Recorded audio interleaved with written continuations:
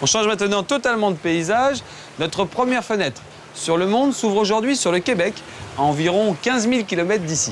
Cette province canadienne est l'une des destinations préférées des Français. Moi aussi, j'adore. Et c'est à travers 3 personnages, chacun propriétaire d'un gîte de passants, une sorte de petite pension de famille, que nous allons découvrir 3 facettes d'un Québec plein d'humour.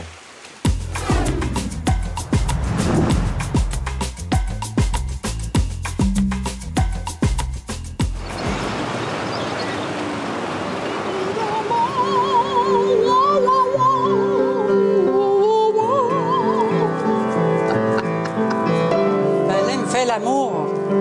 Parce que j'ai peur qu'il devienne trop possessif. Il est très heureux. Il est tout juste 8h42.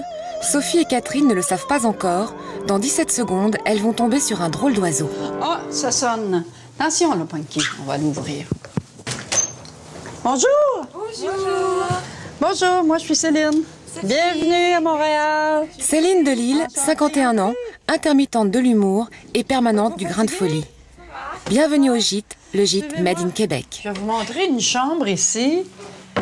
C'est une chambre avec salle de bain privée. Avec près d'1 millier de gîtes, le Québec fait figure de grand village.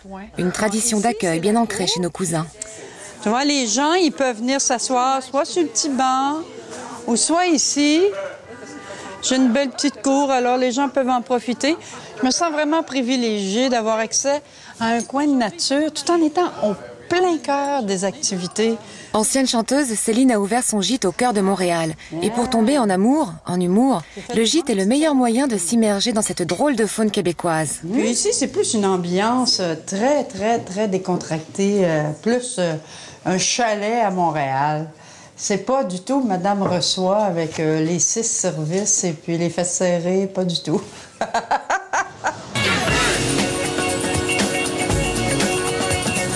Rentrer dans l'intimité de Céline, c'est aussi découvrir son jardin secret dans la jungle urbaine de Montréal. OK, moi je traverse.